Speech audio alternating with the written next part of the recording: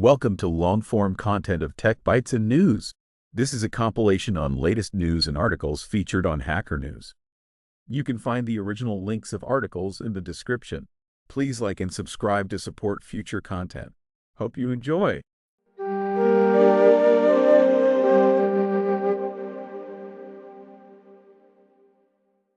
Welcome to Tech Bytes and News, your daily roundup of articles featured in Hacker News. Today, we're diving deep into a fascinating blog post about significantly reducing the size of the DeepSeek's R1 language model while maintaining functionality.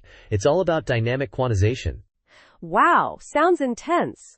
So they managed to shrink a 720 gigabytes model, right? How much smaller did they get it? Exactly. They achieved an incredible 80% reduction, bringing it down to a more manageable 131 gigabytes. That's a huge win for accessibility. That's amazing. But how did they do it? Magic? Not quite magic, but some clever engineering. They used a technique called dynamic quantization. Instead of uniformly quantizing all layers to the same bit depth, they selectively quantized different layers to different precisions. Some layers were left at higher bit depths, like 4-bit, while others, particularly the mixture of experts, MO, layers, were quantized to a surprisingly low 1.58 bits. 1.58 bits? That's mind-blowing. I'd have thought that would completely break the model. That's the genius of it. Naively quantizing everything to such a low bit depth would indeed lead to gibberish. But their dynamic approach, which they've detailed in previous work on 4-bit dynamic quantization, allows them to maintain accuracy. They even used a clever importance matrix to calibrate the quantization process. So what kind of performance are we talking about with this 1.58-bit version? They report around 140 tokens per second on a system with 280 gigabytes, H100 GPUs. Amazingly, it even runs on a CPU with just 20 gigabytes of RAM, although significantly slower. They recommend at least 80 gigabytes total VRAM plus RAM for optimal performance. That's impressive. How did they test the model's performance after quantization? Instead of relying on standard benchmarks, they used a creative approach. They tasked the model with generating a Flappy Bird game, scoring it based on various criteria like color choices, shape generation, and overall functionality. The results were surprisingly good, even with the 1.58-bit version. They even included GIFs showing the original and quantized versions side by side. I see. Interesting. So it's not just about the size reduction, but also about the architectural insights they gained. They exploited the DeepSeek R1 architecture, right? Precisely. They leveraged the fact that DeepSeek R1 uses MOE layers. They identified specific layers that were less sensitive to quantization and left those at higher precision. They also highlighted the importance of the down_proj matrices in the MOE layers, drawing parallels with the Superweights paper. It's a really detailed analysis of the model's architecture and how it impacts quantization. This is fascinating. It seems like they've really pushed the boundaries of model compression. What about the code and availability? They've made the dynamic quantized versions available on Hugging Face, ranging from 131 gigabytes to 212 gigabytes. They've also provided detailed instructions on how to run these models using various tools like llama.cpp, ollama, and VLLM. They even offer a modified version of llama.cpp with their dynamic quantization code integrated. This is a significant contribution to the open source community. It makes powerful models like DeepSeek's R1 accessible to a much wider audience. I'm curious though, they mentioned some issues with chat templates and token mappings. Did they address those? Yes, they did. They identified problems with padding tokens and BOS/EOS tokens in different distilled versions of the model, and provided solutions and corrected token mappings for various frameworks. They even provided a detailed table outlining the correct token IDs for different models and frameworks. That's excellent attention to detail. It shows a real commitment to making their work usable and accessible. This whole blog post is a goldmine of information for anyone working with large language models. Absolutely. It's a testament to their expertise and dedication to open source contributions. They've not only achieved impressive results in model compression, but have also meticulously documented their process and made their work readily available. A truly impressive feat. I agree. Thanks for breaking this down for us. This is definitely a must-read for anyone interested in efficient large language model deployment. You're welcome. And that's all the time we have for today's Tech Bytes and News. Thanks for listening, and we'll see you next time. Goodbye. Bye-bye. Welcome to Tech Bytes and News, your daily roundup of articles featured in Hacker News. Today, we're diving into the exciting news of Pebble's resurrection. It's a story of community, open source, and the enduring appeal of a simple, yet powerful, smartwatch. Absolutely, I'm buzzing about this. So Pebble, for those who might not remember, was a really popular smartwatch, right? Exactly. It was known for its e-paper display, which gave it incredible battery life. Something sorely lacking in many smartwatches today. Think weeks, not days, on a single charge. And it had a really unique, minimalist design. It wasn't trying to be a mini smartphone on your wrist. Right, it was all about core functionality. And it sounds like that's what's driving this revival. This isn't just some random company trying to cash in on nostalgia, is it? No, not at all. It's Eric Mijakovsky, the original founder of Pebble, leading the charge. He's even saying he still wears his old Pebble daily. The key here is that Google, which owns Pebble OS through its acquisition of Fitbit, has open-sourced the operating system. Wow, that's a huge deal. Open sourcing the OS really unlocks the potential for a whole new generation of Pebble-like devices, right? It's not just about nostalgia. It's about innovation built on a solid foundation. Precisely. The original Pebble OS is now available on GitHub, and anyone can use it. They can build new hardware, modify the OS, even just run it on existing Pebbles. It's a fantastic example of how open source can breathe new life into a project. I see. But isn't there a risk? I mean, open sourcing it means anyone can potentially mess it up, right? Could this lead to fragmentation or a decline in quality? That's a valid concern. However, the existing community around Pebble is incredibly passionate and skilled. They've been keeping the old Pebbles alive for years. Plus, having the source code available allows for community oversight and collaborative improvements. It's a risk, but a calculated one, I think. Interesting. So what's the plan? Are they just hoping people will build new Pebbles, or is there a specific project underway? Both, actually.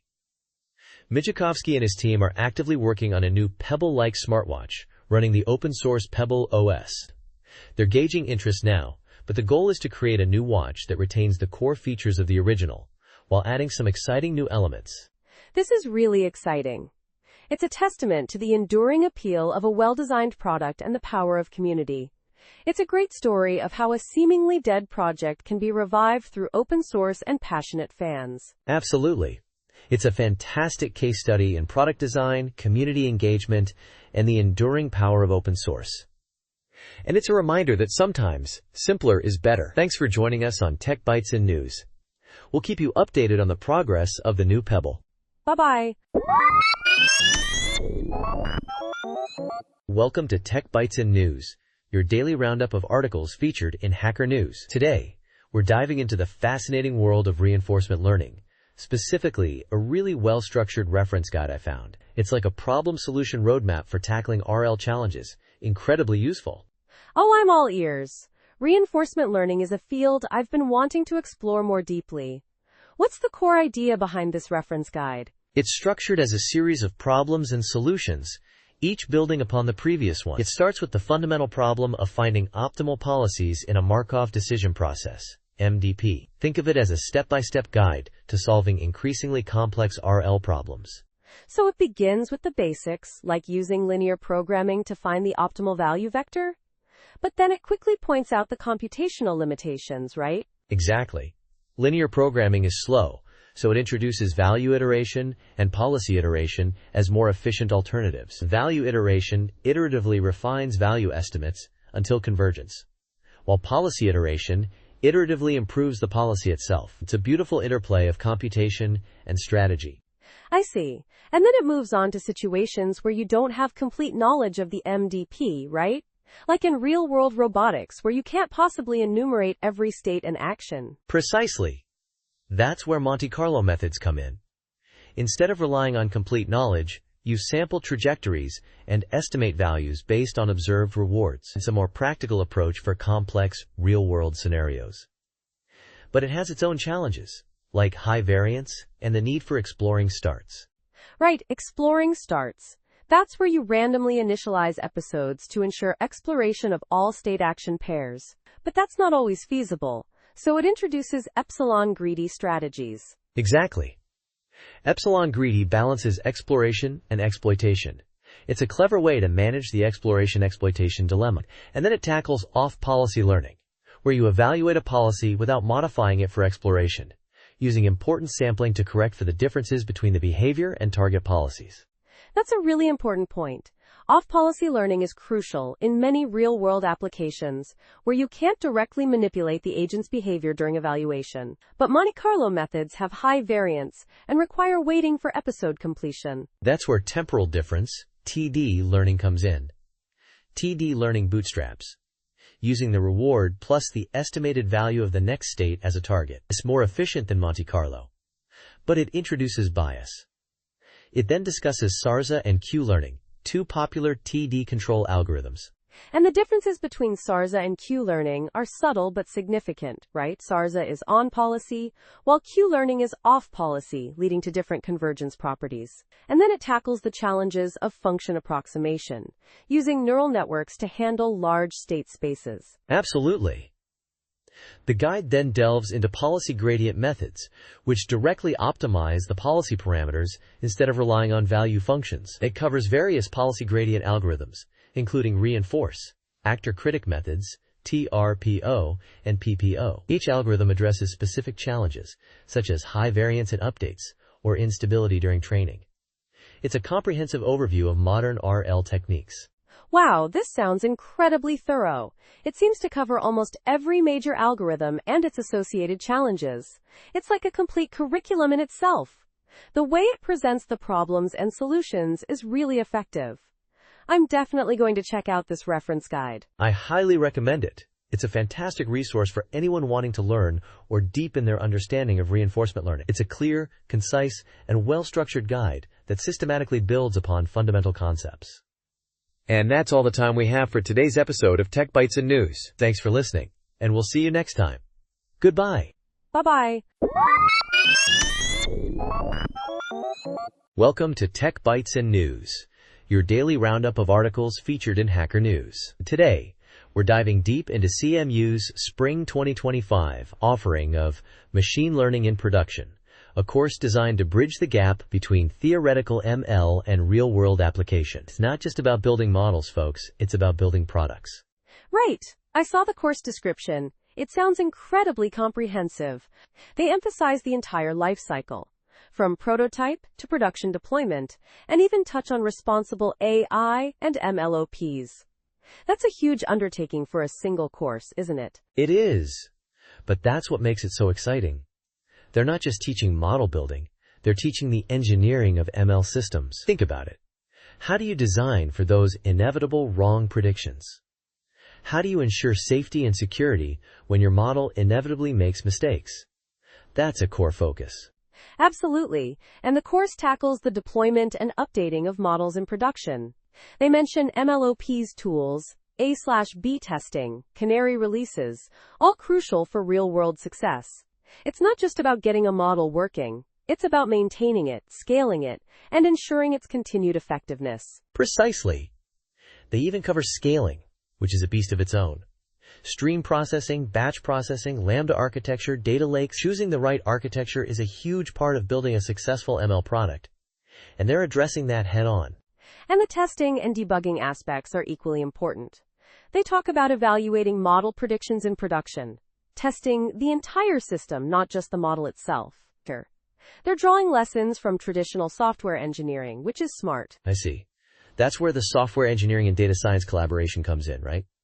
The course aims to foster a working relationship between these two crucial roles. They need to understand each other's perspectives and concerns to build effective systems. Yeah, that's a really important point. But I wonder, how realistic is it to cover all of that in a single semester? It's a broad range of topics. That's a valid concern. They acknowledge that the specific tools and topics might change with new research and tooling, but the core principles remain consistent. Plus, they have a textbook and lots of online resources to support the learning. And the project-based approach, focusing on a movie recommendation service, seems like a great way to consolidate all the concepts. The project sounds intense, but also incredibly valuable. 1 million users? That's pushing students to work with real-world scale challenges. And the course covers ethical considerations, fairness, privacy, robustness, and safety. That's crucial for responsible AI development. Absolutely.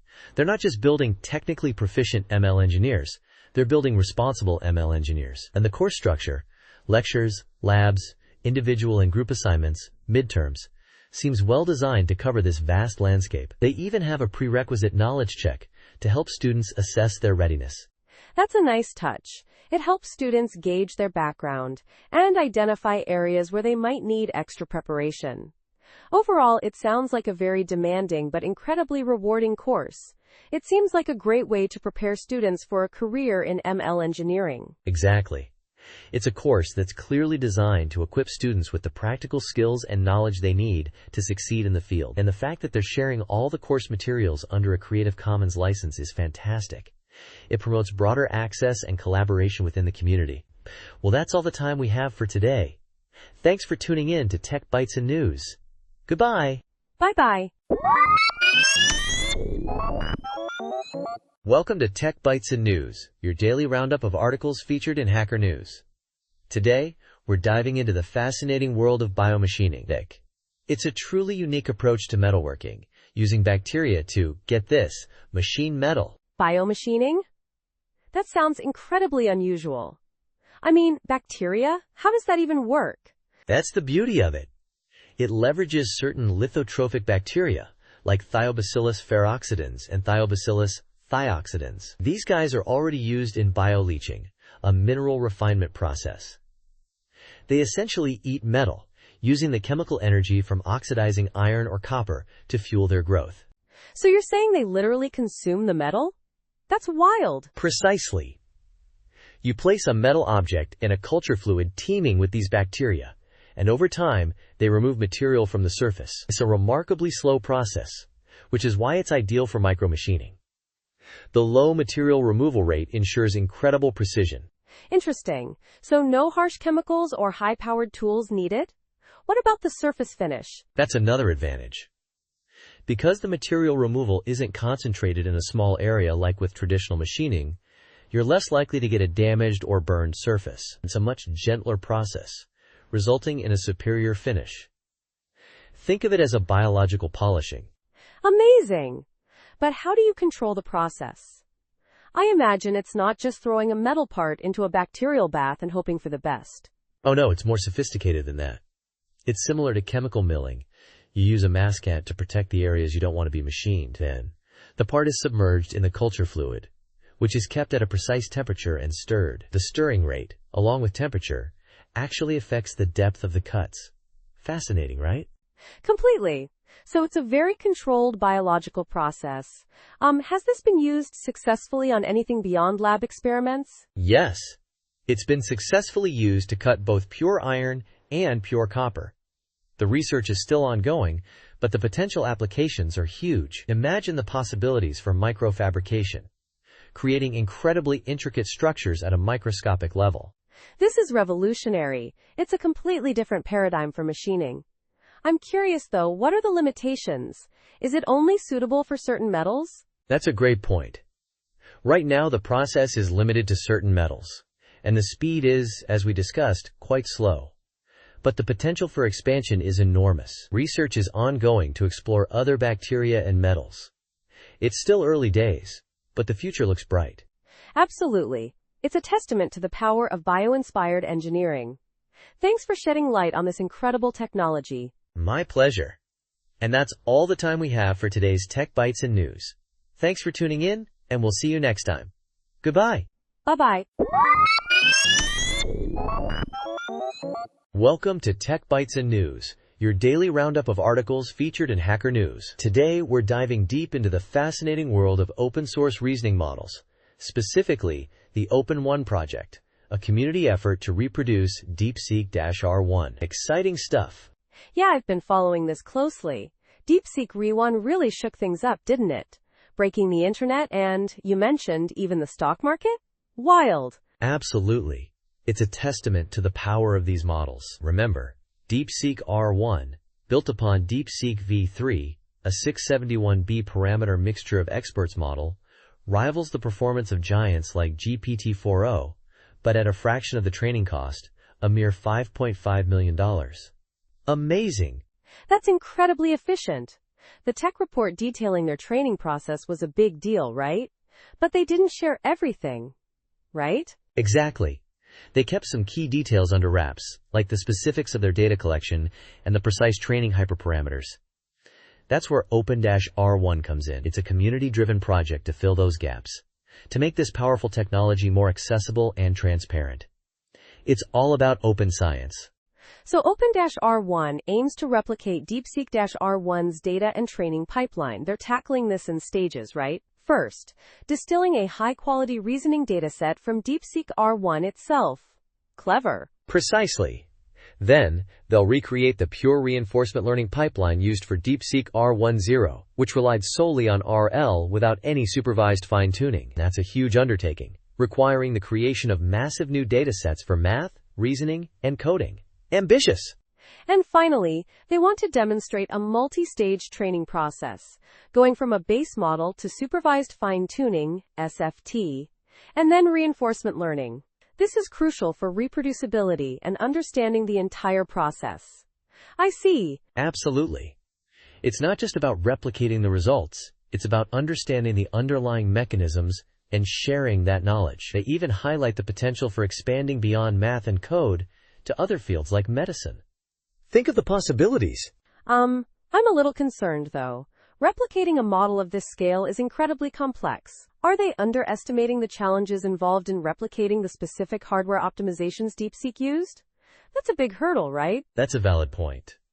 The hardware optimization aspect is definitely a significant challenge. However, the Open-R1 project is focusing on the methodology and the data, making the process more accessible to researchers with less powerful hardware. They're aiming for reproducibility of the method, not necessarily identical performance on the same hardware. It's a nuanced approach. I see. So it's more about the open source principles and the advancement of the field than a direct pixel-perfect replication. That makes sense. Interesting. Exactly.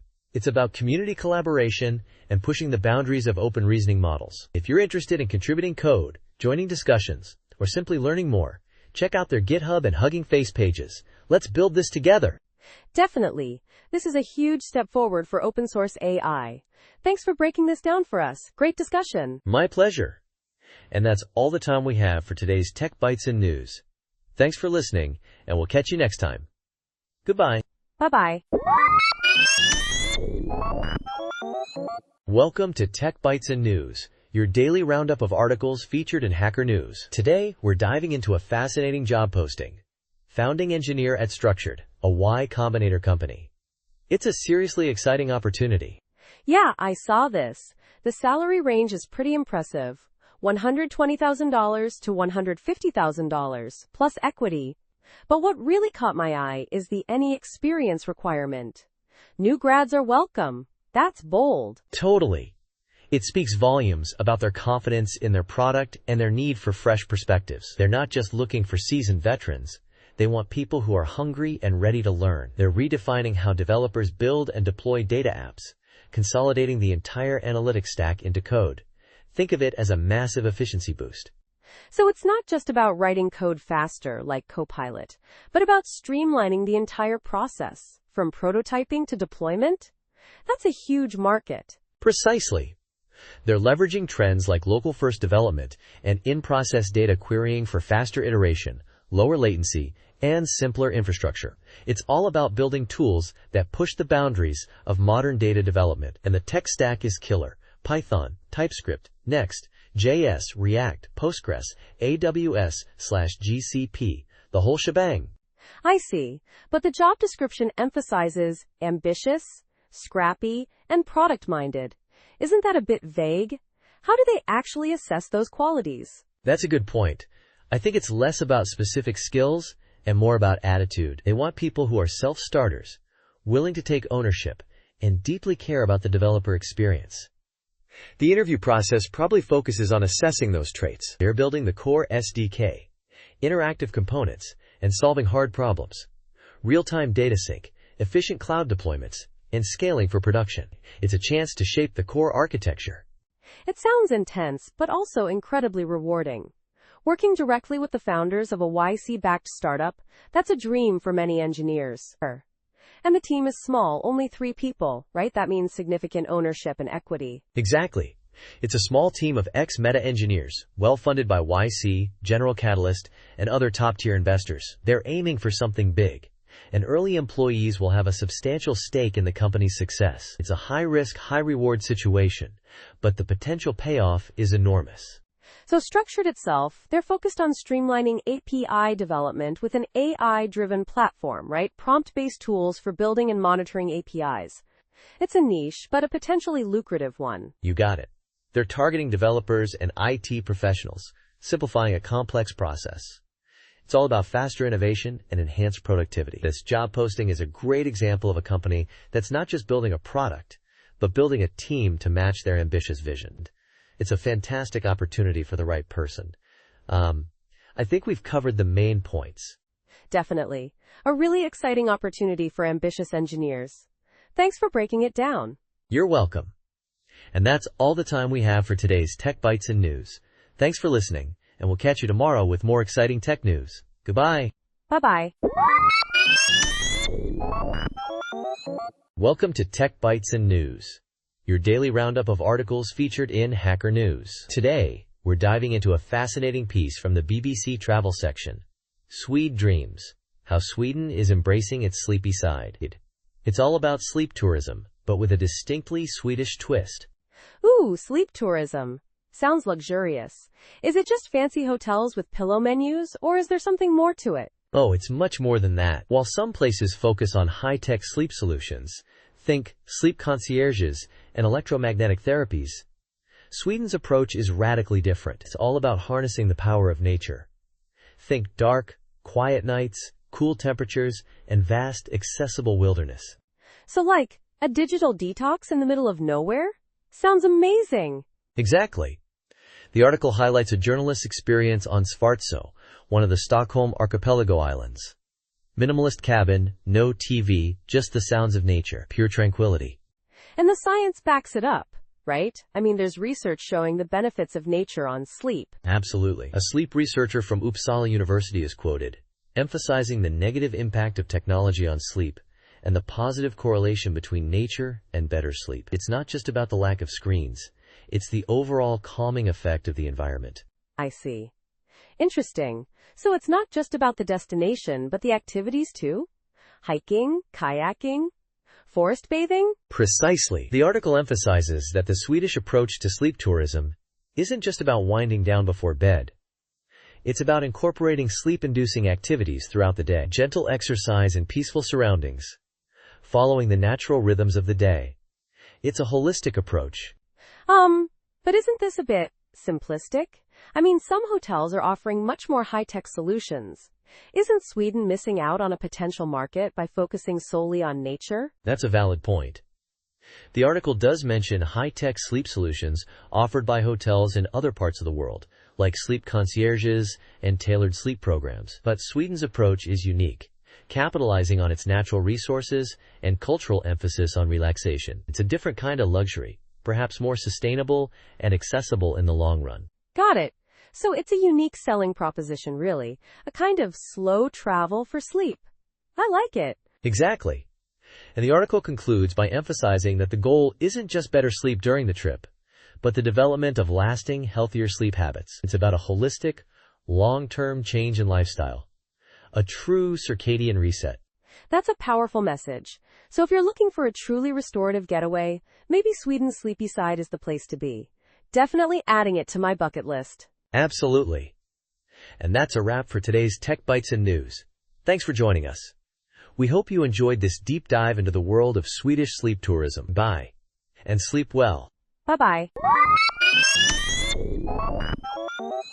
Welcome to Tech Bytes and News, your daily roundup of articles featured in Hacker News. Today we're diving into Martin Kleppmann's insightful talk, Turning the Database Inside Out. It's a real game changer, you know? A fascinating look at database architecture. I'm eager to hear this. The abstract mentions a shift from mutable global state to immutable facts.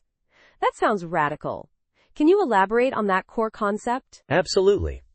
The traditional database model, the one we've all been using since the 60s, is essentially a shared, mutable state. Think of it like a giant global variable.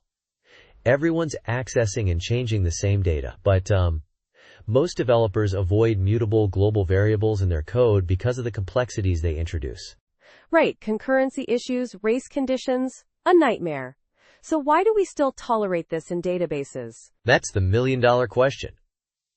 Kleppman argues that a better approach is to view a database as a continuously growing collection of immutable facts. Each update is a new fact, not a modification of the old one. Okay, I see. But how does that translate into practical application? How do you query this ever-expanding stream of facts? That's where Apache SAMSA comes in. It's a stream processing framework that lets you process these facts in real time. It's not just about analytics. It's about fundamentally changing how we interact with data. So instead of querying a static database snapshot, we're processing a continuous stream? That sounds incredibly efficient. Exactly. And the core of SAMSA is a distributed, durable commit log using Apache Kafka. This ensures reliability and scalability. It's a clever way to turn the database architecture inside out. I'm intrigued by the claimed benefits: simpler code, better scalability, robustness, lower latency, and more flexibility. Are these claims realistic? Well, Kleppman makes a strong case. The immutable nature of the facts simplifies concurrency management significantly. The stream processing approach naturally lends itself to scalability and handling high volumes of data. And by processing data as it arrives, latency is drastically reduced. But isn't there a trade-off? Wouldn't querying this continuous stream be more complex than querying a traditional database? That's a valid concern. It requires a shift in mindset and a different approach to querying. But Kleppman suggests that the long-term benefits outweigh the initial learning curve in it. It's a paradigm shift, not just a new tool. So the talk essentially advocates for a functional approach to database management, leveraging stream processing to handle data in real time? Precisely. It's about embracing immutability and the power of streams. The talk provides links to a transcript, slides, and even a video recording, so you can delve deeper into the technical details. This is truly groundbreaking. Thanks for summarizing this fascinating concept. My pleasure. It's a thought-provoking idea that could revolutionize how we build applications. And remember, you can find all the resources mentioned on Martin Kleppman's website. Thanks for listening to Tech Bytes and News. Have a great day. Bye-bye. Welcome to Tech Bytes and News, your daily roundup of articles featured in Hacker News. Today, we're diving into Desmos, a fantastic platform revolutionizing math education. It's not just a calculator. It's a whole ecosystem. Amazing! I've heard of Desmos, but I'm not sure I grasp the full extent of what it offers. Is it primarily for students, or are there features for teachers and professionals as well? Oh, it's incredibly versatile. At its core, there's the Desmos graphing calculator. Super intuitive, free, and incredibly powerful. It's perfect for students visualizing functions, exploring geometry, even creating stunning mathematical art. But it goes way beyond that. So it's not just about plotting points? What other features are there? Exactly. They have a whole classroom suite integrated with Amplify, offering hundreds of free, interactive K-12 lessons. Teachers can find pre-made lessons or build their own, making math engaging and accessible. It's a game changer. That's impressive. And I see they have a geometry tool and even a 3D calculator. That's pretty advanced for a free platform, right? Absolutely. The 3D calculator lets you explore curves and surfaces in 3 dimensions. It's mind-blowing what you can create. And the geometry tool combines the calculator with construction and transformation tools for a truly unique learning experience. It's like geometry on steroids. I'm curious, though. With such a focus on education, how does Desmos make money? Is it entirely donation-based? That's a great question. While a large part of their offering is free, they also have partnerships with various testing organizations. They're used in the digital SAT, AP exams, and many state tests. This ensures their platform is widely accessible and also provides a revenue stream. Smart business model, I'd say. I see. And I noticed their global math art contest. That's a really cool way to engage students and showcase the platform's capabilities. The entries I saw were amazing. Totally. It's a brilliant marketing strategy, highlighting the creative potential of Desmos. The artwork created using the platform is truly stunning. It shows that math can be beautiful and expressive. It's inspiring. It really is. So to summarize, Desmos is a comprehensive platform for all things math, from basic graphing to advanced 3D visualizations, with a strong focus on education and community engagement. It's a powerful tool for students, teachers, and anyone interested in exploring the beauty of mathematics. Precisely. Desmos is more than just software. It's a movement to make math more accessible and enjoyable for everyone. Check it out. And that's all the time we have for today's Tech Bytes and News. Thanks for listening, and we'll see you next time. Goodbye. Bye-bye. Welcome to Tech Bytes and News, your daily roundup of articles featured in Hacker News. Today, we're diving into a fascinating development. Google has open-sourced the code that powered Pebble smartwatches. Isn't that exciting? Absolutely. I remember those watches. They were revolutionary for their time, especially the battery life. So, what exactly is being released? Just the OS, or more? Primarily the Pebble OS itself. Think of it as the heart of the smartwatch. The core operating system that handled notifications, media controls, fitness tracking, and the ability to run custom apps and watch faces. It's all there, running on those tiny ARM Cortex-M microcontrollers. Wow, that's a significant release. What technologies underpinned it? It's built using FreeTOS, a real-time operating system known for its efficiency. And get this, it even supports JavaScript via the JerryScript engine, alongside C. This allowed for a surprisingly rich user experience on such limited hardware. That's impressive, especially considering the long battery life Pebble was known for. How did they achieve that? The lightweight nature of FreeTOS and the clever architecture of the Pebble OS itself. It was all about optimization, making the most of those limited resources. So is this code ready to compile and run straight away? Not quite. Unfortunately, some proprietary code had to be removed, mainly for chipset support and the Bluetooth stack. So, there's some work involved for anyone wanting to build a new firmware. I see. So, it's more of a starting point than a plug-and-play solution? Exactly. It's a significant undertaking, but the build system files are included, using the WAF build system. The Rebel project, a community dedicated to keeping Pebble watches alive, will likely be the primary beneficiaries. Makes sense. It's a huge contribution to the community, though. Giving them access to the core OS is a fantastic way to preserve the legacy of Pebble. Absolutely. It's a testament to Google's commitment to open source and preserving the history of technology. And who knows what amazing things this community might build with it. Indeed, it could spark innovation in the retro smartwatch space, or even inspire new projects. This is a really big deal for the Pebble community. It really is. A fantastic example of open source collaboration and the power of community. Thanks for joining us on Tech Bytes and News. We hope you enjoyed this deep dive into the open-sourced Pebble OS. Have a great day. Bye-bye.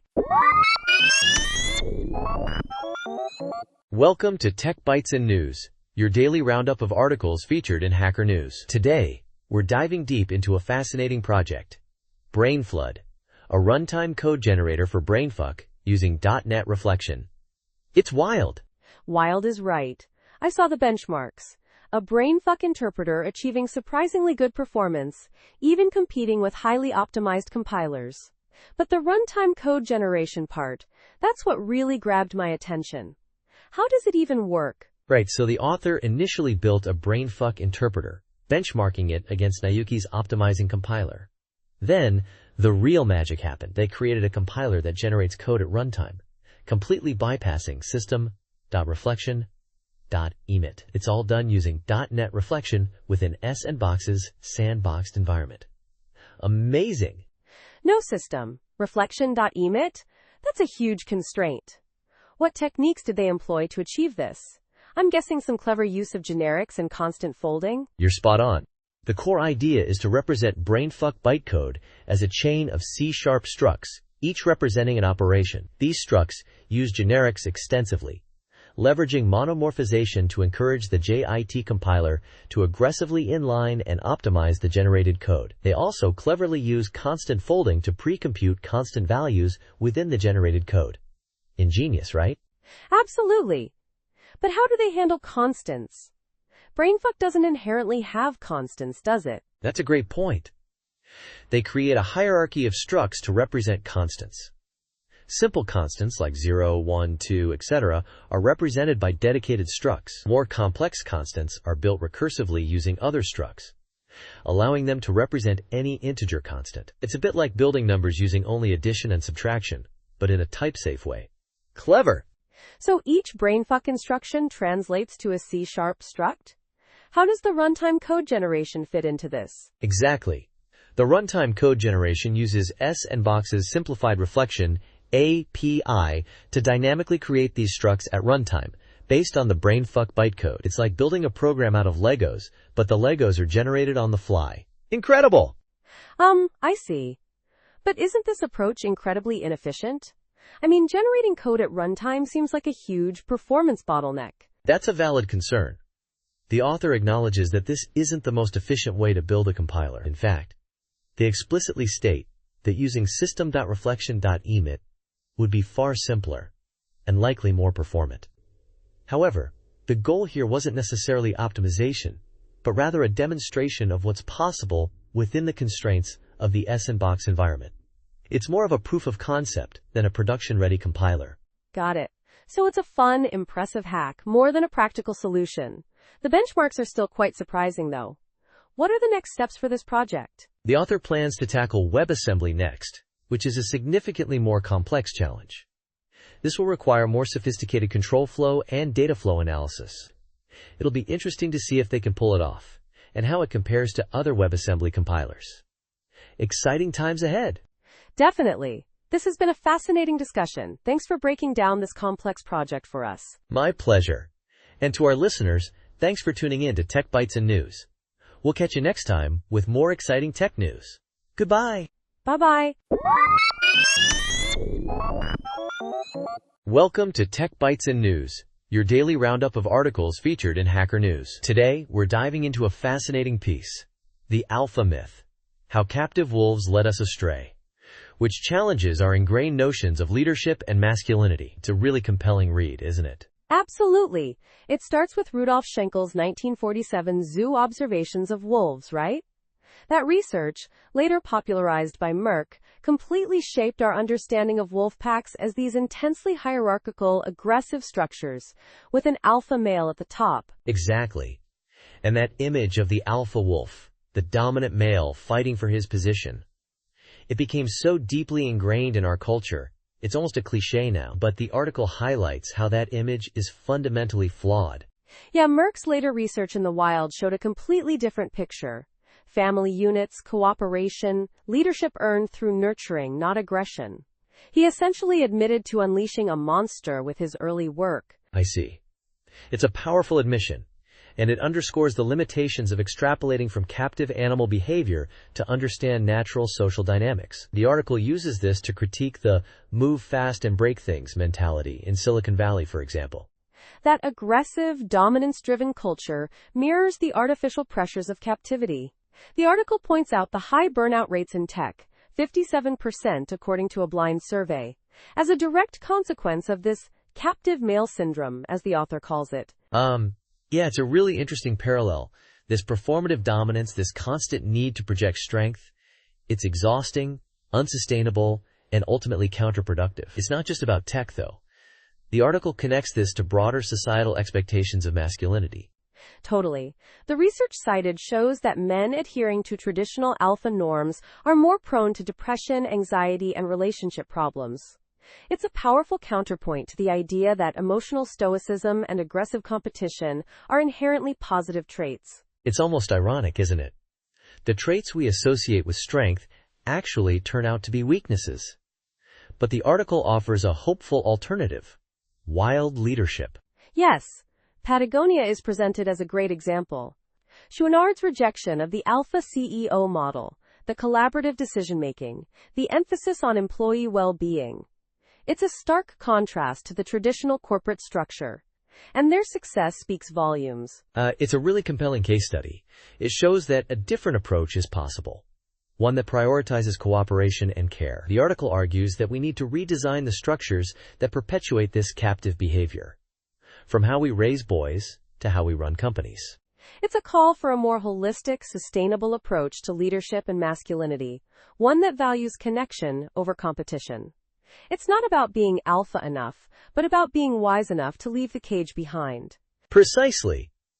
And that's a message that resonates far beyond the tech world. Thanks for joining us on Tech Bytes and News. We hope you found this discussion insightful. Have a great day. Bye-bye. Welcome to Tech Bytes and News, your daily roundup of articles featured in Hacker News. Today, we're diving into a fascinating blog post about Go124's revolutionary Go tool command. It's a game changer, folks. A game changer? I'm intrigued. What exactly makes this Go tool so special? I'm all ears. Essentially, it simplifies managing external tools within your Go projects. Before 1.24, you had clunky workarounds like tools.go or forcing users to manually install dependencies. This new command streamlines everything. So tools.go was the old way? What were the problems with that? Yeah, tools.go had performance issues, especially with many Go generate calls. The Go run commands weren't cached, leading to slowdowns. Plus, it bloated the dependency tree, creating unnecessary transitive dependencies for your project's users. A real headache. I see. Transitive dependencies are a nightmare. So how does Go tool solve these problems? It uses a tool directive in your go.mod file to explicitly list your project's tools. You then use go-get-tool to install them and GoTool to run them. It's elegant and efficient. Elegant and efficient. I like the sound of that. But how does it handle caching and dependency bloat? The caching is built in. Subsequent calls to GoTool are significantly faster because the commands are cached. And the dependency bloat? The tools are listed as indirect dependencies, but the module graph pruning in Go ensures they're only downloaded if needed. Much cleaner. That's a huge improvement. Are there any downsides or caveats to using GoTool? Well, there are a few. The author mentions that tools are still listed as indirect dependencies in go.mod, which isn't ideal for some tools like Renovate. It requires some adjustments in how those tools manage updates. Also, some tools, like GQLGEN, might have compatibility issues with the Go 1.24 release candidate. Interesting. So it's not a perfect solution, but it's a massive step forward. What about the performance improvements? Did the author provide any benchmarks? Yes. The author showed a significant speed up in subsequent calls to Go generate after the initial tool installation. Even without switching to GoTool, the caching of Go run in Go 1.24 provides a noticeable performance boost.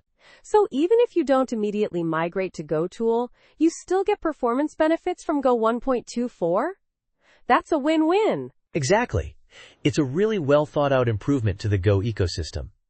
The author is incredibly enthusiastic about it, and I can see why. It addresses long-standing pain points in a clean and efficient way. It's a must-try for any Go developer. Definitely sounds like a significant upgrade. Thanks for breaking it down. I'm excited to try this out in my projects. You're welcome. And that's all the time we have for today's Tech Bytes and News. Thanks for listening, and we'll catch you next time. Goodbye. Bye-bye. Welcome to Tech Bytes and News, your daily roundup of articles featured in Hacker News. Today, we're diving deep into a fascinating project, the Tailorator. It's a piece of software that, let's just say, repurposes the FM radio band in a rather unique way. A Taylor Swift FM takeover? Intriguing. So how does this thing actually work? Is it just playing her music on a bunch of different frequencies simultaneously? Exactly. It uses a software-defined radio, or SDR, to transmit Taylor Swift's music across the entire FM band. Think of an SDR as a highly programmable radio. It lets you manipulate the radio waves digitally. The Tailorator takes advantage of the fact that FM radio stations in North America are spaced on odd-numbered frequencies, leaving gaps. It fills those gaps. And more, with Taylor Swift. So it's not just filling the gaps, it's overwriting everything? That's quite a feat. How many frequencies are we talking about? Well, the FM band spans from 88 MHz to 108 MHz. And with the standard 200 kHz spacing between stations, that's about 100 different frequencies. The Tailorator aims to populate all of them with different Taylor Swift songs. 100 songs simultaneously? That's a lot of processing power. What kind of hardware and software is involved? The author used a Lime SDR Mini, an SDR capable of both transmitting and receiving. But in this case, only the transmitting function is used. The software is quite complex though. It involves resampling all the audio to a consistent 44.1 kHz, applying a low-pass filter and FM pre-emphasis to improve signal quality, and then, the core part, FM modulation. FM modulation. Ooh, that sounds complicated. Can you explain that part a bit more? Sure, it's basically rotating a point around a circle in the complex plane. The speed of rotation represents the frequency, and the audio signal dictates how fast it rotates. It's a clever way to encode the audio into a radio signal, but doing this for 100 songs simultaneously at a 20 MSPS sample rate, that's where the real challenge lies. Wow, 20 MSPS. That's a huge number. I can imagine the computational load. How did the author handle that? The author optimized the code significantly. They combined multiple steps into one, used lookup tables instead of trigonometric calculations, and even got help from a friend to improve performance. Even with these optimizations though, it's still computationally intensive. A 10th Gen i5 CPU only achieves about half real-time performance on the full FM band. Half real-time? That's still impressive, considering the complexity. What about memory usage? Memory usage is also quite high, around 3.5 gigabytes just for the audio files. There's definitely room for optimization there. But, it works. It's a testament to the author's ingenuity. It certainly is. One last question. Legality. Is this legal? Yes, the legal gray area. The author points out that low-power FM transmitters are sometimes allowed, but this project likely exceeds those limits, and the software itself isn't licensed for broadcasting. So, let's just say it's probably not advisable to try this without proper licensing. Definitely don't hook it up to an amplifier. Good point. Well, this has been a fascinating discussion. Thanks for breaking down the Tailor-Rater for us. My pleasure. And remember, listeners, the source code is open source, so feel free to check it out. But please, use it responsibly. Thanks for tuning in to Tech Bytes and News. Have a great day. Bye-bye. Welcome to Tech Bytes and News, your daily roundup of articles featured in Hacker News. Today, we're diving deep into Railway's fascinating journey, scaling their Slack support system to handle thousands of developers. It's a wild ride. I'm already hooked. So they went from struggling with support to having a Slack-based system that's 50 times more engaging than email? That's incredible. Let's wait, Tem. What was their initial approach? Initially, they handcrafted Slack Connect channels. A very personal touch, but unsustainable. Think handwritten notes versus mass email. Charming, but not scalable. They quickly hit a wall at 100 plus channels, especially with one person juggling sales, compliance, and channel creation. A recipe for disaster. Totally. So they built their own solution. What tech did they use? I'm guessing some serious back-end magic. You bet. They built HelpStation, a custom support tool that syncs with Slack. It uses the Slack Bolt SDK, initially in socket mode, but they later switched to HTTP routes for better stability. They also integrated Temporal for workflow orchestration to handle the massive message volume. Up to 100 messages per second at peak. Wow, Temporal. That's a powerful choice for reliability. But I bet there were some bumps in the road. What were some of the biggest challenges? Oh, plenty. First, the initial Slack integration had a major flaw. External users couldn't trigger the support modal. They had to use a support command, which nobody knew about. Then, they had issues with message delivery using socket mode, forcing a switch to HTTP routes. And finally, integrating Temporal required careful decomposition of workflows into atomic activities to avoid opaque errors. It was a real learning experience. I can imagine. So they went through a lot of iterations. What's the final solution like? The final system is elegant. Every message is a thread by default, maintaining that personal touch. Railway employees can impersonate users to keep the conversation natural. They use GPT-4o Mini to categorize messages as sales or support, though that proved a bit leaky. The whole thing runs on Railway, of course, with zero downtime deploys and robust error handling thanks to Temporal. Impressive. So what were the results? Did it all pay off? Absolutely. They saw a 50x increase in engagement and an 8x improvement in response times. They're now opening up this Slack Connect experience to all pro teams. It's a testament to prioritizing developer experience and building a system that fosters genuine, helpful interactions. This is a fantastic case study in how to build a scalable, human-centered support system. It shows that investing in the right tools and architecture can dramatically improve customer satisfaction and, ultimately, revenue. A great example of scale, not sales. Exactly. And it highlights the power of choosing the right tools for the job, even if it means building something custom. Thanks for joining us on Tech Bytes and News. We'll catch you next time with more exciting tech news. Bye-bye. Welcome to Tech Bytes and News, your daily roundup of articles featured in Hacker News. Today, we're diving into DistroWatch Weekly, issue 1106, focusing on the resurgence of BSD and some interesting developments in Linux distributions. Exciting stuff! I'm particularly keen to hear about the Adelian Pop_OS reviews. A year's worth of development, and what's the outcome? Spill the beans. Absolutely.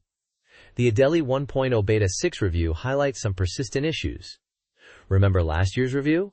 Well, the memory leak seems fixed. That's a win. But the LXQT edition is still plagued by input problems. Keyboard and mouse unresponsive after installation. Ugh. So a step forward, 2 steps back? What about the Plasma edition? The Plasma edition fared better, but still lacks readily accessible network tools after installation.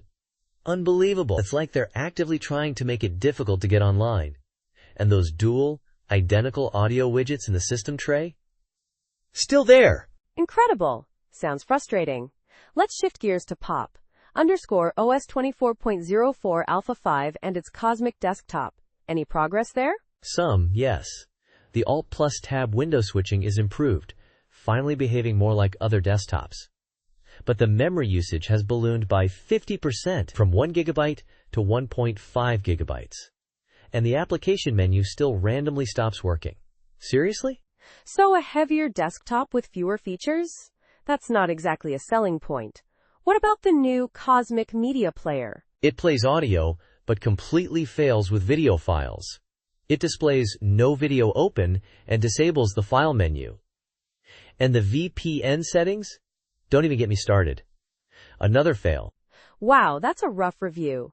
It sounds like System 76 has some tough decisions to make regarding Pop_OS's future. The poll in DistroWatch reflects that uncertainty. Exactly. The options range from releasing 24.04 with the old Gignomi environment to waiting for Cosmic to mature, potentially delaying the release for years. A real dilemma. The reader comments are a fascinating mix of frustration, support, and alternative suggestions. And the BSD news? Anything exciting there? Oh yes, there's a tutorial on drawing graphics directly in the NetBSD terminal, a Nix package manager port to FreeBSD, and GhostBSD is hosting a desktop conference. It's a busy world for BSD. It shows a growing interest in BSD for desktop use. That's great to hear. And the Facebook ban on Linux-related content? Crazy. Absolutely crazy. Apparently, Facebook now considers Linux malware. The irony is, Facebook uses Linux extensively. DistroWatch suggests using RSS feeds and Mastodon as alternatives. Makes perfect sense. Well, that's a wrap for this episode of Tech Bytes and News. Thanks for joining us. We'll be back next week with more exciting developments in the world of open source. Bye for now, and happy computing. Bye-bye. Welcome to Tech Bytes and News, your daily roundup of articles featured in Hacker News. Today, we're diving deep into DeepSeek R1, a groundbreaking new AI model. It's a big deal, folks. Yeah, I've been hearing whispers. What makes it so special? Is it just another LLM, or is there something truly revolutionary here? Oh, it's revolutionary. It's not just another LLM, it's an open weights model, meaning the model's weights are publicly available. Plus, it offers smaller, distilled versions, making it accessible to a wider range of researchers and developers. But that's just the tip of the iceberg. I see. So, open source and scalable. But what's the core innovation? What problem does it solve better than existing models? Exactly. The real magic lies in its training method. It's designed to replicate the reasoning capabilities of models like OpenAI's o1, but with a more accessible and transparent approach. Think of it as a recipe for building a highly capable reasoning model. A recipe? Interesting. Can you elaborate on the ingredients of this recipe? Sure. It starts with a base model, similar to other LLMs, trained on a massive dataset. Then, it uses a three-step process: supervised fine-tuning, SFT, and interim high-quality reasoning, LLM, and finally, large-scale reinforcement learning, RL. The key is the clever use of RL to generate a massive dataset of reasoning examples, which is then used to train the final model. So they essentially bootstrap the process, using a less capable model to create training data for a more capable one? Precisely. They use an intermediary reasoning model trained with relatively little data via RL to generate a huge amount of high-quality reasoning examples. This is where the real efficiency comes in. It's a brilliant workaround to the usual data bottleneck. That's incredibly clever. But how does the RL process work in this context? I'm curious about the reward signals. Right. The beauty of it is the automatic verification. For reasoning tasks like coding problems, you can automatically check if the generated code is valid, runs correctly, and meets the specified requirements. No more expensive human labeling for every single example. Wow, that's a game changer. So essentially, they're using automated testing and code analysis to provide the reward signals for the RL algorithm? Exactly. This automated feedback loop allows for massive scale training without the need for extensive human annotation. It's a huge step forward in terms of efficiency and scalability. But doesn't this automated approach limit the types of problems the model can handle? What about more nuanced reasoning tasks that are harder to verify automatically? That's a valid point. While the automated verification is a huge advantage, it does limit the scope to tasks with readily available automated verification methods. However, the model's architecture, using a mixture of experts, MoE layer, allows for specialization and potentially handling more complex tasks in the future. So the MoE layers allow for specialization, handling diverse tasks beyond just automated verification? That's a smart design choice. Absolutely. The MoE layers are a key component, enabling the model to handle a wider range of tasks and improve its efficiency. It's a sophisticated architecture designed for both reasoning and general-purpose LLM tasks. And the model itself is a stack of transformer decoder blocks, 61 of them to be exact. 61. That's a substantial model. So, to summarize, DeepSeek R1 leverages a clever combination of techniques: open weights, efficient RL training, automated verification, and a sophisticated MoE architecture to achieve state-of-the-art reasoning capabilities while maintaining accessibility. It's a significant contribution to the field. You got it!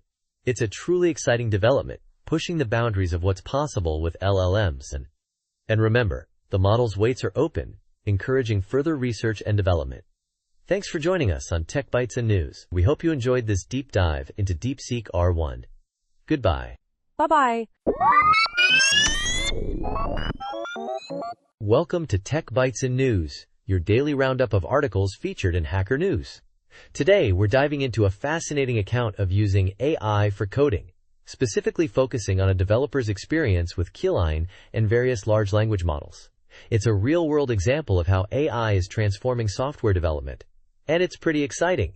Absolutely. I'm eager to hear this. The article highlights a developer who revamped a SaaS platform's UI/UX using AI, right? What were the key tools and approaches used? Precisely. The developer used Keyline, a VS Code plugin, as their primary AI coding assistant. They worked with both Claude Sonnet 3.5 and Gemini, two leading LLMs. The project involved a Go backend and a frontend initially handled by Go's HTML/template package.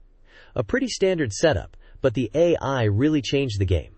So what was the biggest impact of using AI? Was it just faster coding or something more profound? Oh, it was far more profound. The developer, who admittedly isn't a front-end expert, completely redesigned the landing page, the management interface, the whole shebang. They went from a basic design to something professional grade, all with the help of AI-generated code and design suggestions. It's a testament to how AI can bridge skill gaps. That's incredible. Did the AI just generate code, or did it also help with the design process itself? Both. The LLMs not only generated HTML, CSS, and JavaScript code, but also suggested frameworks like Font Awesome and Bootstrap, significantly improving both the aesthetics and functionality. It even helped generate compliance documents like privacy policies and terms of service. A huge time saver. Wow. So what about the back end? Did the AI help there as well? Yes, but with a crucial difference. The article emphasizes that while AI was helpful for repetitive tasks and code optimization, having strong domain knowledge in Go was essential for validating and integrating the AI's suggestions. The developer even used ChatGPT to write a function for calculating string similarity, but only after meticulously defining the requirements and providing a valid example. The AI generated a very similar function to what the developer had in mind, but the developer's expertise was crucial for ensuring correctness. That's a really important point. It highlights that AI is a tool, not a replacement for human expertise. It's about augmenting skills, not replacing them, right? Exactly. The article stresses this repeatedly. The developer even points out that, without a deep understanding of the underlying technology, accepting suboptimal AI suggestions becomes a real risk. Code review remained essential for quality assurance. And what about the multilingual aspect? The article mentions supporting multiple Amazon affiliate regions, which sounds like a huge translation task. It was.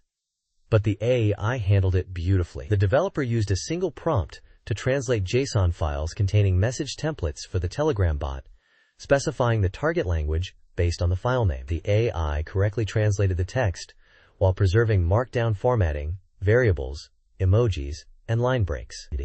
It even skipped files that were already translated. Incredibly efficient. That's amazing. So what were some of the challenges encountered during this AI-assisted development journey? Well, context window limitations with Claude Sonnet 3.5 required careful task segmentation. There was also a trade-off between the speed of Sonnet and the larger context window of Gemini.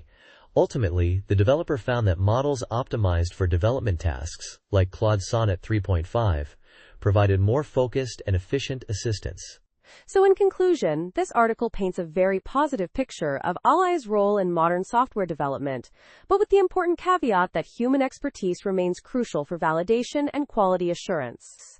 It's about leveraging AI to amplify human capabilities, not replace them. Precisely. AI is a powerful tool for accelerating development, improving designs, and streamlining workflows, especially in areas outside one's core expertise, but it's a tool that needs a skilled hand to guide it. And that's a wrap for today's Tech Bytes and News. Thanks for listening, and we'll catch you next time. Bye-bye. Welcome to Tech Bytes and News, your daily roundup of articles featured in Hacker News. Today, we're diving deep into NVIDIA's massive market downturn, a whopping $589 billion wipeout. The largest single-day drop in market history. It's a seismic event, folks. Whoa, 589 billion? That's, staggering. What triggered this colossal crash? It all boils down to a Chinese AI startup called DeepSeek. Their new, open-sourced AI model is apparently giving the big players like OpenAI and Meta a run for their money, and at a fraction of the cost. A fraction of the cost? That's a game changer. How is that even possible? I mean, the amount of computing power these models require? Exactly.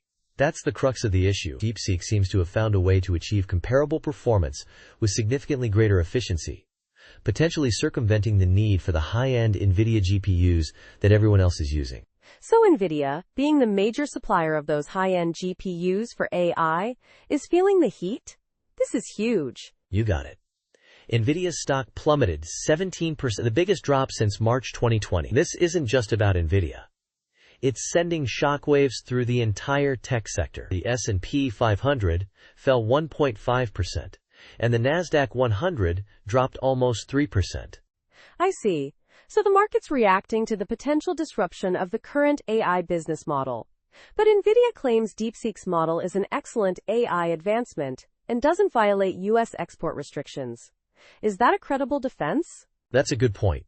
It's a complex situation. While NVIDIA acknowledges DeepSeek's achievement, they also emphasize that inference still requires a significant number of their GPUs. It's a nuanced argument, and the market clearly isn't buying it completely, at least not yet. There's a lot of uncertainty. Uncertainty indeed. This whole situation highlights the intense competition in the ATI space and the geopolitical implications of technology development and export controls. It's a fascinating, albeit slightly terrifying, development. Absolutely. The fact that DeepSeek, a Chinese company, appears to have found a workaround for U.S. export restrictions adds another layer of complexity. It raises questions about the effectiveness of these restrictions and the future of the ASINI landscape. It's a story that will undoubtedly unfold further. It certainly is. This DeepSeek development is a major turning point, and the market's reaction shows just how significant it is. It's a reminder that even the biggest players can be vulnerable to disruption. Precisely. And that's why this story is so compelling. Thanks for joining us on Tech Bytes and News. We'll keep you updated as this story develops. Have a great day, everyone. Bye-bye. Welcome to Tech Bytes and News, your daily roundup of articles featured in Hacker News. Today, we're diving into a fascinating story about a failed attempt to optimize NPM package sizes using Zopfli compression. It's a great case study in proposing technical improvements, even if they don't ultimately get adopted. Exciting! Yeah, I saw this article too. The core idea was pretty straightforward, right? Use Zopfli, a superior compression algorithm, to shrink NPM packages. Single. Seems like a no-brainer for improved download speeds and reduced storage costs. Right? Exactly. The author cleverly points out that NPM packages are essentially gzipped tarballs. So, replacing gzip with Zopfli, which offers better compression ratios, seemed like a win-win. He even showed a proof of concept, compressing one of his own packages and achieving a 6.2% reduction. Impressive! But there's always a but, isn't there? What were the roadblocks? I mean, it worked for his packages, so why not for everyone? That's the crux of the story. While the initial tests were promising, scaling this to the entire NPM registry presented significant challenges. First, the sheer speed difference between gzip and Zopfli is massive. Zopfli is significantly slower, making the publishing process considerably longer. A huge problem. Oh yeah, I remember reading that. And then there's the issue of backwards compatibility, right? While Zopfli produces gzip-compatible files, there were concerns about potential conflicts with existing checksums in package-lock.json. That's a critical dependency management file, so breaking that would be a disaster. Precisely. The author's RFC, request for comments, highlighted these issues, along with the difficulty of integrating Zopfli into the NPM CLI. He even presented a web app demonstrating the recompression process. But the NPM maintainers remained hesitant. They questioned the actual benefit for users, given that some previous performance improvements went largely unnoticed. Understandable. So it wasn't just a technical hurdle, but also a matter of demonstrating the real-world impact and justifying the effort involved. It's interesting how an idea that seems so simple on the surface can have such complex implications when scaled up. Fascinating. Absolutely. The author ultimately decided to close his RFC, acknowledging the trade-offs. While the potential savings were significant, potentially terabytes of bandwidth, the increased publishing time and integration complexities outweighed the benefits. He learned a valuable lesson about the importance of thoroughly considering all aspects of a proposal before presenting it. A valuable lesson. It's a great reminder that even seemingly obvious optimizations require careful consideration of the broader context and potential downsides. The author's transparency in sharing his experience is commendable. It's a valuable learning opportunity for anyone looking to propose similar improvements. A great story. Indeed. And he still uses Zopfli for his own packages, demonstrating the value of the optimization at a smaller scale. It's a great example of how a seemingly simple idea can lead to a complex and insightful journey.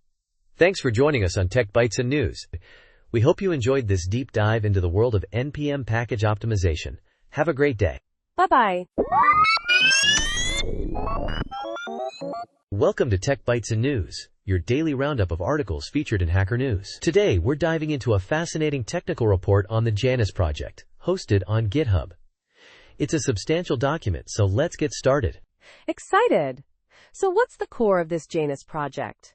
Is it a software, a library, or something else entirely? It's a bit of both, actually. From what I gather, Janus is a comprehensive project And this report, janusprotect_report.pdf, is a deep dive into its technical aspects. It's hosted on a GitHub repository, maintained by DeepSeek II, and the report itself was recently updated, with a commit fixing typos just last month, January 28, 2025, to be precise. Impressive. A recent update suggests active development. What kind of technical details are covered in this report? Is it mostly code-focused, or does it cover broader architectural aspects? That's a great question. The report itself is a PDF, so we don't have direct access to the code within the podcast, but based on the file size, 2.71 megabytes, and the project's description on GitHub, I'd wager it's a pretty thorough document. It likely covers both the code base and the overall architecture. It's not just a quick overview, it's a proper technical report. I see. So we're dealing with a substantial document that's not easily summarized within this format. But the GitHub page gives us some context. The project seems to have a considerable following, with over 7.3k stars. That's a significant number, indicating a substantial level of interest and adoption. Absolutely. The high number of stars on GitHub is a strong indicator of the project's impact and relevance within the community. And the fact that it's actively maintained, with recent commits addressing typos, shows a commitment to quality and ongoing development. It's not just a one-off project. It's a living, breathing piece of software. Right, and the GitHub repository itself provides additional insights. We see links to code, issues, pull requests, and even security information. This level of transparency is crucial for open-source projects, fostering collaboration and trust among developers. Precisely. The comprehensive nature of the GitHub repository, including sections for issues, pull requests, and security, highlights the project's commitment to community engagement and responsible software development. It's a well-structured project, clearly designed for collaboration and transparency. This is a model for other open-source projects to follow. So while we can't delve into the specifics of the PDF's content directly, the metadata and the GitHub repository provide a strong indication of a robust and well-maintained project. It's clear that Janus is a significant player in its field. Exactly. The combination of a substantial technical report, a highly starred GitHub repository, and active development makes Janus a project worth keeping an eye on. We'll definitely be following its progress. Thanks for joining us on Tech Bytes and News. Until next time, goodbye. Bye-bye. Welcome to Tech Bytes and News, your daily roundup of articles featured in Hacker News. Today, we're diving deep into a fascinating data study on Udemy instructor earnings in 2024. Get ready for some surprising numbers. I'm eager to hear this. Udemy's a huge platform. I've always wondered about the actual income potential for instructors. Let's hear the highlights. Absolutely. The average Udemy instructor earns a mere $3,306 annually. Can you believe that? That's the average, mind you. A staggering 75% make less than $1,000 a year. Wow, that's disheartening. So it's not exactly a get-rich-quick scheme, is it? What about the top earners? Oh, the top 1% rake in over 50% of all Udemy earnings. It's a wildly skewed distribution, a true Pareto principle in action. The 80/20ths rule on steroids. The bottom 50% earn less than 1% of the total. It's a brutal reality. So there's practically no middle class among Udemy instructors? That's a pretty stark picture. What about the time investment? Is it even worth it for the majority? Exactly. The study highlights that courses with under 100 enrollments represent a massive 253,000 hours of video content. A potential $500 million investment if produced from scratch. Many instructors are essentially working for free, or even losing money considering their time investment. That's insane. So is it even viable for new instructors to join? I mean, with that kind of competition. That's a great question. The data shows a significant difference between instructors who joined before and after 2020. Those who joined before 2020 averaged $5,400 annually, while those who joined after only averaged $2,100. A huge drop. That's a massive difference. What accounts for that decline? Is it just increased competition? It's a combination of factors. Increased competition is definitely a major one. The number of instructors nearly tripled between 2019 and 2022, but revenue only increased by 128%. Plus, Udemy's revenue share to instructors dropped from 40% in 2019 to 31% in 2022. It's a perfect storm. So Udemy is becoming less profitable for instructors, even as the platform grows. That's concerning. What about Udemy Business? Does that change the picture at all? Udemy Business is a huge part of the equation. It now accounts for 50% of Udemy's revenue, and they aim to increase that to 75% long term. However, a whopping 90% of courses aren't included in Udemy Business. Those excluded earn 3 times less than those included. That's incredibly unfair. It seems like Udemy is prioritizing its B2B arm, leaving individual instructors in the dust. What about different course categories? Yes, there's a huge disparity between categories. Development courses average $2,339, while lifestyle courses average around $300. There's a strong correlation between a category's average earnings and its inclusion in Udemy Business. Tech and business courses are heavily favored. So it's a rigged game, essentially. The study's conclusion suggests focusing on building your own audience and selling courses directly. That makes sense, given the findings. Precisely. The study paints a clear picture. Udemy is becoming increasingly challenging for individual instructors, especially those outside of the tech and business niches. Diversifying income streams and building your own brand is crucial for success in this landscape. It's a tough market out there. Absolutely. Thanks for breaking down this insightful study. It's a wake-up call for anyone considering Udemy as their primary income source. You're welcome. And that's all the time we have for today's Tech Bytes and News. Thanks for tuning in, and we'll catch you next time. Goodbye. Bye-bye. Welcome to Tech Bytes and News, your daily roundup of articles featured in Hacker News. Today we're diving into the overwhelmingly positive reception of Dragon Sweeper, a unique take on the classic Minesweeper game. It's a real hit, folks. Absolutely. The comments are brimming with enthusiasm. It seems the blend of familiar mechanics with a fantasy RPG twist really resonated with players. The music is even getting praise, which is always a bonus. Yeah, the music's a huge part of the experience. Many commenters specifically mentioned how unexpectedly good it is. It's not just background noise, it adds to the atmosphere, and the art style is charming too.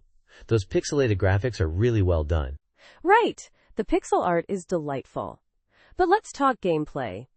The core mechanic seems to be a clever combination of Minesweeper deduction and strategic resource management, right? Precisely. Players are uncovering monsters, each with a point value, while managing their health points. It's not just about clearing the board, it's about maximizing your score. Many players are aiming for that elusive 303 score. I see. And it sounds like achieving that perfect score is quite the challenge. There's a lot of discussion about strategies, like prioritizing wall exploration for extra XP and saving healing scrolls for later game. It's fascinating how much depth there is to what seems like a simple premise. Exactly. Some players even share detailed strategies, like focusing on early game wall exploration to maximize XP gains. Others emphasize the importance of strategic healing and level ups. It's a game that rewards careful planning and observation. There's even a mention of a bug, an animation bug related to the XP meter, causing performance issues. But the developer, Daniel Benmergui, has already acknowledged it and promised a fix in an upcoming update. That's reassuring to see such quick responsiveness. Absolutely. That kind of developer engagement is key.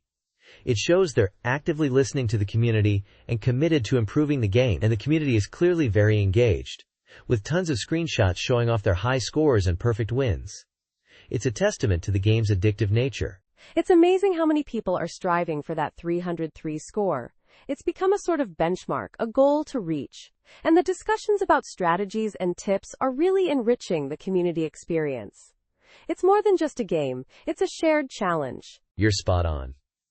The comments section is a vibrant community hub, filled with celebratory screenshots, helpful tips, and even a bit of friendly competition. It's a great example of how a well-designed game can foster a strong and engaged player base. And that, my friends, is what makes Dragon Sweeper such a success. Thanks for joining us on Tech Bytes and News. Thanks for listening, everyone. Until next time. Welcome to Tech Bytes and News, your daily roundup of articles featured in Hacker News. Today, we're diving deep into the fascinating world of transmission lines and the pivotal role Oliver Heaviside played in their understanding. Get ready for some electrifying insights. I'm buzzing with anticipation. So, Heaviside, what's the big deal? Was he just some 19th century cable guy? Oh, far from it. Heaviside was a self-taught genius, a true maverick who revolutionized our understanding of electromagnetism. He started as a telegraph operator, noticing something peculiar about submarine cables. When water leaked in, causing short circuits, the signals became clearer, less distorted. This observation, seemingly simple, sparked a revolution. Interesting. So what was the prevailing understanding of transmission lines back then? Was it just, wire? Exactly. Electrical engineering was in its infancy. They could build telegraphs, but long-distance transmission was a mess. William Thomson, later Lord Kelvin, had a model, but it was incomplete. He only considered resistance and capacitance, missing a crucial element. And that element was inductance. Heaviside realized that inductance played a vital role. He incorporated it into his model, showing how it affects signal propagation. His model, unlike Thomson's, accurately predicted the behavior of signals in long cables. So Heaviside's model was more accurate? How did he do it? Did he use some fancy math? He certainly did. He took Maxwell's 20 equations and distilled them into 4, the ones we all know and love today. He also brilliantly visualized the transmission line as a series of inductors and capacitors, showing how signals propagate as waves. He even calculated the characteristic impedance, a crucial parameter for matching transmission lines and preventing signal reflections. Characteristic impedance. So, that's why we need to match impedances in our antenna systems, right? To avoid reflections and signal loss? Precisely. Heaviside's work laid the foundation for this understanding. He showed that the impedance is determined by the inductance and capacitance per unit length of the cable, L/C. If you terminate the line with a resistor equal to its characteristic impedance, you get perfect signal transmission, no reflections. Amazing! But what about the speed of the signal? Can we make signals travel faster than light? That's a great question. The speed, as Heaviside showed, is 1 square root LC. But there's a catch. While we can adjust L and C, we can't make the speed exceed the speed of light. Changing the cable's geometry affects both L and C in a way that keeps the speed below the speed of light. Even with a coaxial cable, changing the conductor's thickness affects both inductance and capacitance, preventing superluminal speeds. I see. So it's all about the interplay between inductance and capacitance. But what about signal loss and distortion? Real-world cables aren't perfect, right? Right.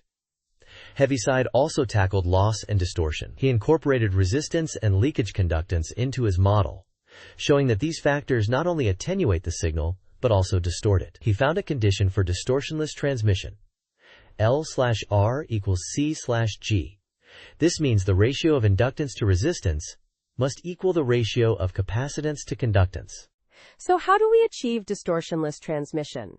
Is it just about using better materials? Well, we can try to decrease resistance by using thicker copper, or decrease capacitance by increasing the distance between conductors. But often, the most practical solution is to increase inductance. Heaviside suggested adding coils at intervals along the cable, a technique later patented by Pupin and used extensively in telephone lines. Pupin coils. So should we be adding these to our antenna cables? To improve signal quality? Not really. For narrowband signals, the distortion is usually negligible, and those coils would act as a low-pass filter, blocking high frequencies.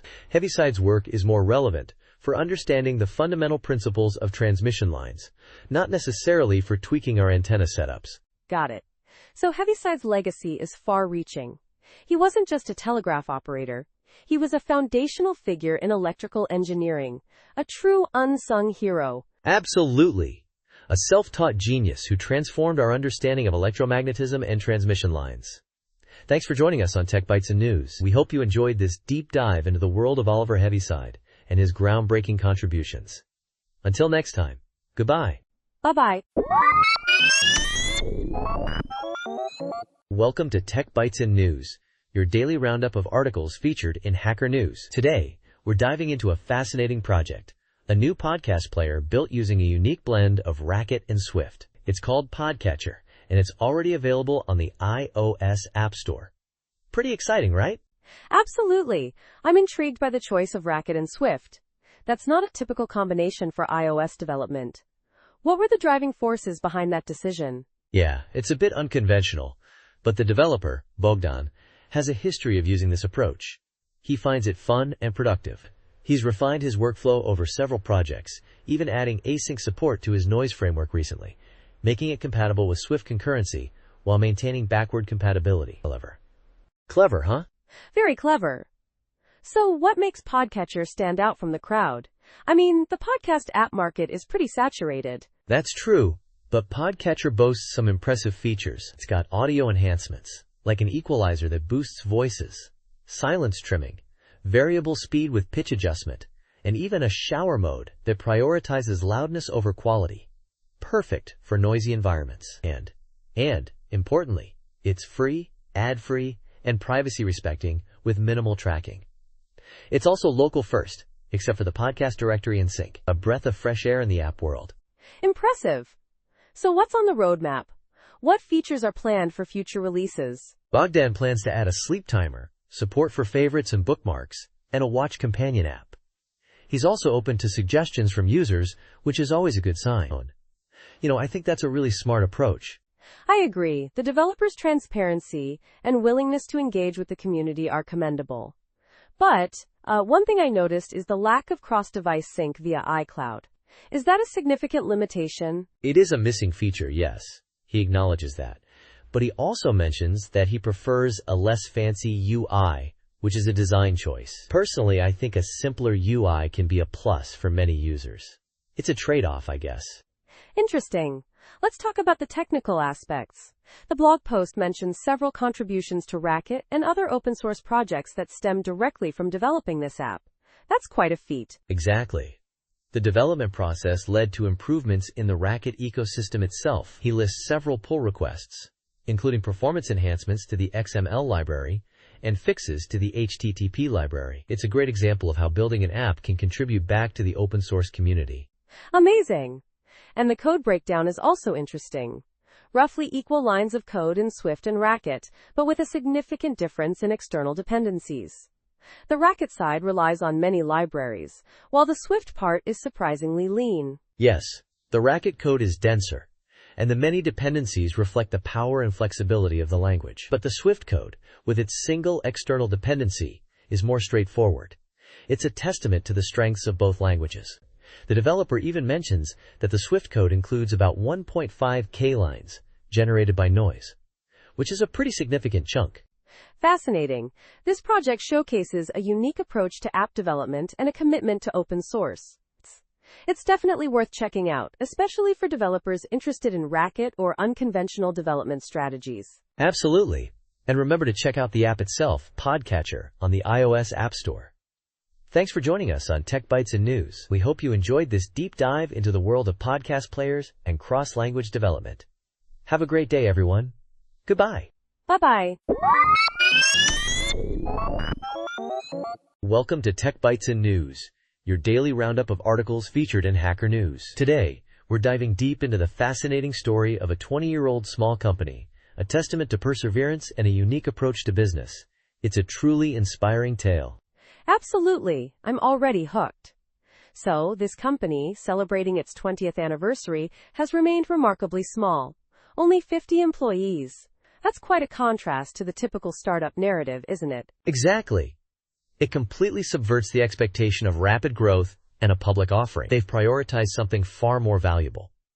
Sustainable success built on strong foundations. They've consistently paid their employees on time, including year-end bonuses for 2 decades. A remarkable feat. That speaks volumes about their commitment to their team. But they also acknowledge numerous failed product launches. Over 20, in fact. How did they manage to survive despite that? That's the real magic, isn't it?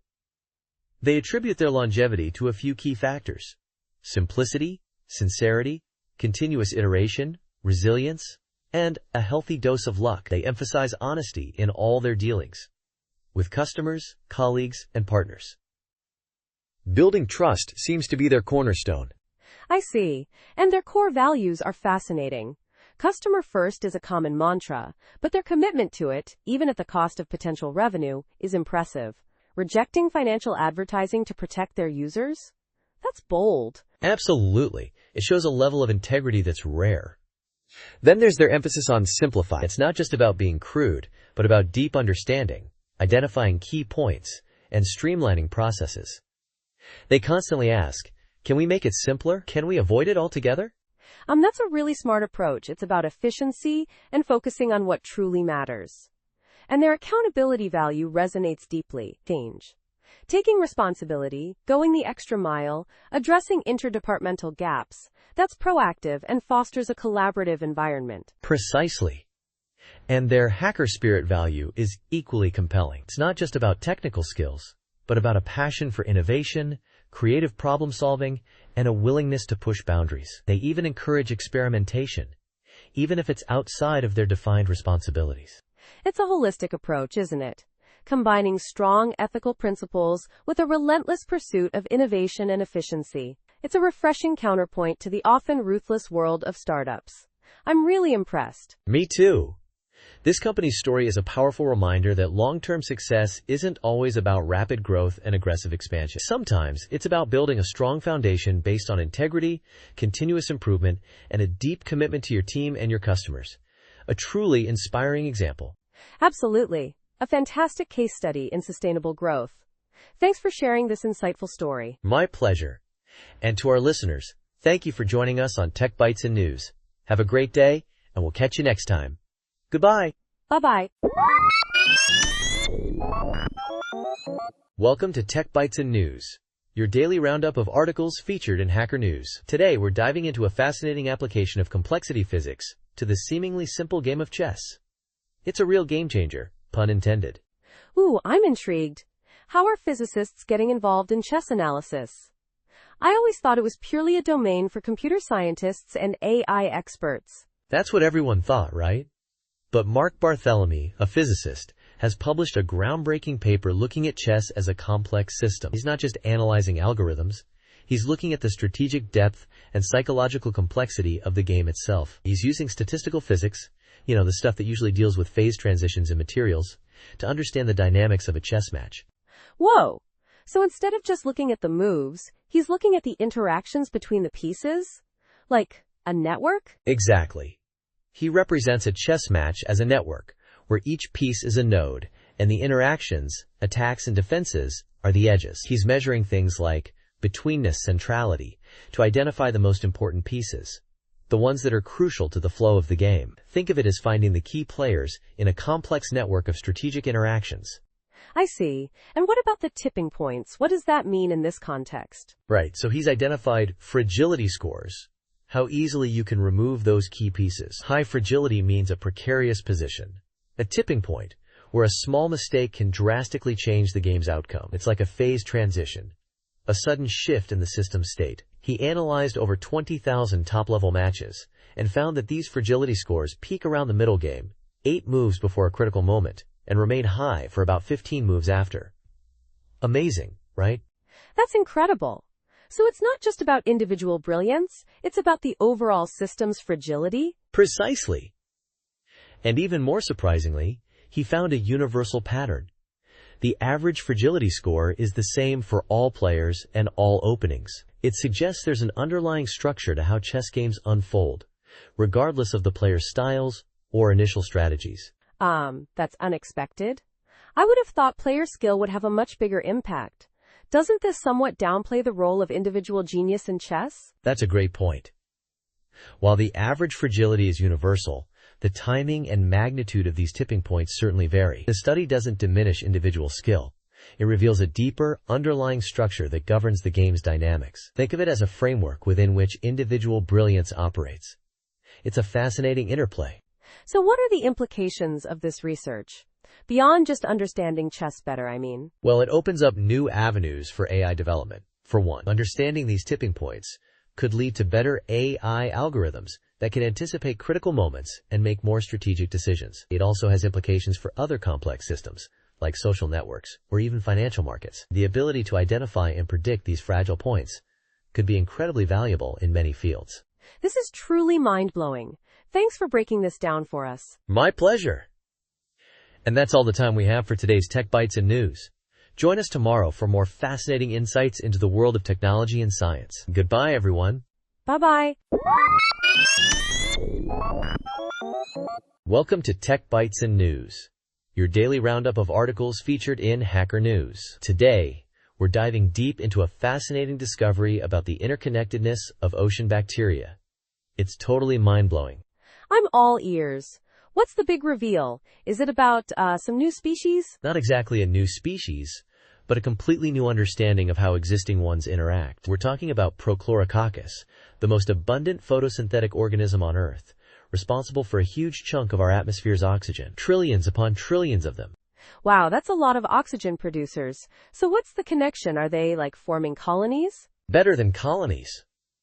Scientists have discovered that these tiny bacteria are connected by nanotubes, microscopic bridges made of cell membrane. These tubes allow them to exchange nutrients and other resources. Nanotubes? Like tiny little pipes? That's incredible. I always thought of bacteria as solitary creatures. Exactly. That was the old paradigm. But this research completely changes our understanding. These nanotubes aren't just connecting Prochlorococcus to itself, but also to other species like Synechococcus. It's a massive, interconnected network. So they're essentially sharing resources? Like a, bacterial commune? Precisely. And this has huge implications. These bacteria have surprisingly small genomes, meaning they rely on their neighbors for certain essential nutrients. The nanotubes ensure efficient resource sharing, preventing loss to currents or freeloaders. Fascinating. But how did they even discover this? Did they just stumble upon it? It started with some microscopy images. Researchers noticed these tube-like structures connecting the bacteria. They then used various advanced imaging techniques to confirm it wasn't an artifact. They even used fluorescent proteins to track the movement of substances through the nanotubes. So they essentially proved the nanotubes are actively transporting materials between cells? Yes, they confirmed it using the same techniques that were used to initially discover nanotubes in other bacteria, like Bacillus subtilis. It's not just a one-off observation, it's a robust finding. This challenges the idea of bacteria as simple, single-celled organisms, doesn't it? They're more like a complex, interconnected system. Absolutely. The researchers even suggest that we should rethink how we view bacteria in general. Maybe we're all just part of a giant biofilm, you know? It's a pretty radical idea. A radical idea indeed. But what are the broader implications? Does this affect, say, climate change?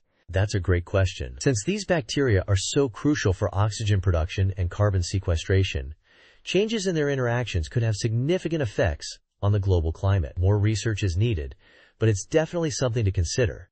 So there's still much to learn. But this discovery is a huge leap forward in our understanding of marine ecosystems. It's truly remarkable. Indeed. This research highlights the incredible complexity and interconnectedness of even the smallest life forms. It's a reminder that there's still so much we don't know about the ocean and the life within it. Thanks for joining us on Tech Bytes and News. We hope you enjoyed this deep dive into the world of bacterial nanotubes. Have a great day. Bye-bye. Welcome to Tech Bytes and News, your daily roundup of articles featured in Hacker News. Today, we're diving deep into the fascinating world of bilinear upsampling and downsampling, specifically addressing the often overlooked issue of pixel grid alignment and the infamous GPU half-pixel offset. It's a surprisingly complex topic. Absolutely. I've always found image resizing a bit of a black box. What's the core problem we're tackling here? The core issue is the lack of a single, universally accepted definition of bilinear upsampling/downsampling. This ambiguity leads to inconsistencies across different libraries and implementations, even causing significant bugs in major frameworks like TensorFlow, as highlighted in the article. Imagine spending 60 days debugging something like that. 60 days? Wow. So what are the different interpretations of bilinear resampling? Primarily, it boils down to how we handle pixel grid alignment. One approach aligns pixel centers, while the other aligns pixel corners. The choice affects how we calculate filter weights during upsampling and downsampling. It's subtle, but the consequences are significant. And this is where the half-pixel offset comes in, right? I've heard that term before in GPU programming. Exactly. GPUs typically use a half-pixel offset convention, aligning pixel corners. This simplifies calculations and ensures consistent behavior across different resolutions. It's a clever solution that avoids many headaches. But it's not always intuitive at first glance. So if GPUs use this half-pixel offset, Why is there still so much confusion? Because CPUs and other image processing libraries don't always adopt the same convention. The article emphasizes the importance of consistency. Using different conventions for downsampling and upsampling can lead to that infamous pixel shift we see in the GIF. A half-pixel offset between the original and the resized image. It's a visual representation of the underlying mathematical inconsistencies. Right, I see. So what's the recommended approach? The article suggests using the half-pixel offset convention as a default, aligning pixel corners. It simplifies things considerably and aligns with the GPU's standard practice. It's a robust and efficient approach. But what about the signal processing perspective? The article mentions zero insertion and filtering. That sounds complicated. It is a bit more involved, but it provides a deeper understanding of what's happening mathematically. Zero insertion essentially creates a higher resolution representation with gaps, and then filtering smooths out those gaps. It's a way to model the upsampling process formally. Interesting. So different filtering techniques lead to different results, right? Some might be better at preserving detail, while others might be better at reducing aliasing. Precisely. The choice of filters significantly impacts the final image quality. The article explores the trade-offs between different filters, highlighting the importance of considering the frequency response and aliasing artifacts. It's a balancing act between sharpness and smoothness. And the magic kernel? Is that some kind of secret sauce? Not really a secret, but it's a name given to a specific filter that achieves bilinear upsampling in a particular way. The article shows that it's essentially a combination of nearest neighbor upsampling followed by a specific bilinear filter. It's not magic, just a clever way to achieve the desired result. So the key takeaway is consistency, right? Using the same convention for both downsampling and upsampling to avoid those pesky pixel shifts. Exactly. Consistency in pixel grid alignment is paramount. Understanding the different interpretations of bilinear resampling and choosing the right approach for your specific needs is crucial. It's all about avoiding those frustrating bugs and getting predictable, high-quality results. This has been incredibly insightful. Thanks for breaking down this complex topic. My pleasure. And remember, listeners, always double-check your bilinear resampling implementations for consistency. Until next time, this has been Tech Bytes and News. Goodbye. Bye-bye. Thank you for listening to the daily roundup of Tech Bytes and News. See you again tomorrow. Goodbye.